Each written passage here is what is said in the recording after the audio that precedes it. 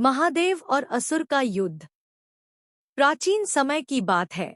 एक छोटे से गांव में रघुनाथ नाम का एक व्यक्ति रहता था। रघुनाथ एक गरीब ब्राह्मण था, लेकिन उसके पास आध्यात्मिक शक्ति और ईश्वर में गहरी आस्था थी। उसकी एक बेटी थी, राधा, जो बहुत सुंदर और संस्कारी थी। राधा का विवाह पास के गांव के एक धनाढ्य व्यक्ति के बेटे रामचंद्र से हुआ था। रामचंद्र के पिता हरिश्चंद्र एक घमंडी और अहंकारी व्यक्ति थे। उन्होंने अपनी धनदौलत के कारण लोगों पर रौब जमाने की आदत बना रखी थी। उनका मानना था कि धन के बल पर वह सब कुछ प्राप्त कर सकते हैं। उन्होंने राधा के गरीब पिता को भी कई बार अपमानित किया, लेकिन रघुनाथ ने हमेशा सहनशीलता से काम लिया और कोई शिकायत नहीं की। एक दिन हरिश्चंद्र ने रघुनाथ को बुलाया और कहा, तुम्हारी बेटी मेरे घर की बहू है, लेकिन तुमने उसकी शादी में कुछ खास नहीं दिया। तुम्हें नहीं लगता कि तुम्हें कुछ देना चाहिए? रघुनाथ ने विनम्रता से कहा, महाराज, मेरी आर्थिक स्थिति इतनी नहीं है कि मैं अधिक कुछ दे सकूं, लेकिन मैं अपनी बेटी को अच्छे संस्कार और शिक्षा देकर भेजा है। यही मेरा सबसे बड़ा उपहार है। हरिश्चंद्र ने क्रोध से कहा, तुम्हारे संस्कार और शिक्षा की मुझे कोई आवश्यकता नहीं। मुझे धन चाहिए। अगर तुम मेरे लिए कुछ नहीं कर सकते तो मैं तुम्हें इस गांव से निकाल दूंगा। रघुनाथ ने शांतिपूर्वक उत्तर दिया, महाराज, मैं एक गरीब ब्राह्मण हूँ, लेकिन मेरे पास जो भी है मैं उसे समर्पित कर सकता हूँ। हरिश्चंद्र ने उनकी बातों को सुनी अनसुनी करते हुए उन्हें और अधिक अपमानित किया और कहा, अगर तुम मेरी बात नहीं मानोगे तो मैं तुम्हें इस गांव से बेदखल कर दूंगा। रघुनाथ अत्यंत दुखी हुए, लेकिन उन्होंने धैर्य नहीं खोया।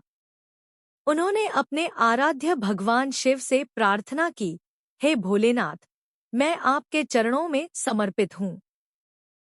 कृपया मेरी सहायता करें और मुझे इस अपमान से मुक्ति दिलाएं।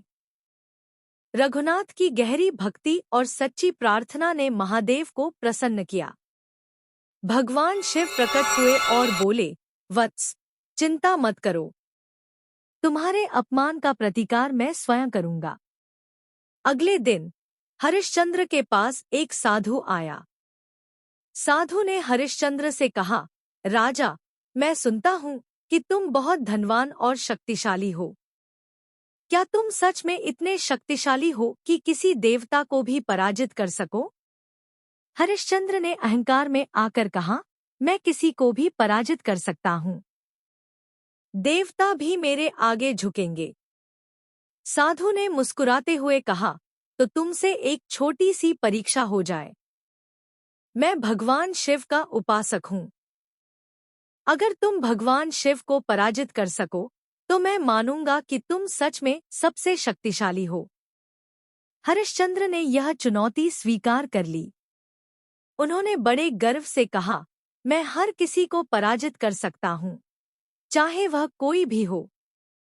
साधु ने कहा, तुम्हारी परीक्षा कल होगी।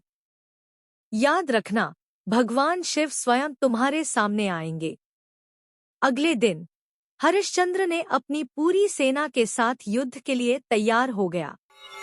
तभी आकाश में एक तेज प्रकाश हुआ और भगवान शिव अपने विशाल रूप में प्रकट हुए। हरिश्चंद्र उनकी महिमा से डर गया, लेकिन अपने अहंकार के कारण वह पीछे नहीं हटा। हरिश्चंद्र ने भगवान शिव से युद्ध करने की ठानी, लेकिन जैसे ही उसने अपने शस्त्र उठाए, वे खुद ब खुद गिरने लगे। भगवान शिव ने अपना त्रिशूल उठाया और हरिश्चंद्र की ओर इंगित किया। हरिश्चंद्र की सारी शक्ति क्षीण हो गई और वह भयभीत होकर भगवान शिव के चरणों में गिर पड़ा। भगवान शिव ने मुस्कुराते हुए कहा, तुम्हारा अहंकार ही तुम्हारे विनाश का कारण बना है। धन और शक्ति का उपयोग अगर गलत ढंग से किया जाए तो वह व्यक्ति के लिए विनाशकारी हो जाता है। याद रखो, सच्ची शक्ति आत्मा की शांति और धर्म के पालन में है, न कि धन दौलत में। हरिश्चंद्र ने भगवान शिव से क्षमा मांगी और वादा किया कि वह अब कभी अपने अहंकार का प्रदर्शन नहीं करेगा। भगवान शिव ने उसे क्षमा कर दिया और अंतर्ध्यान हो गए।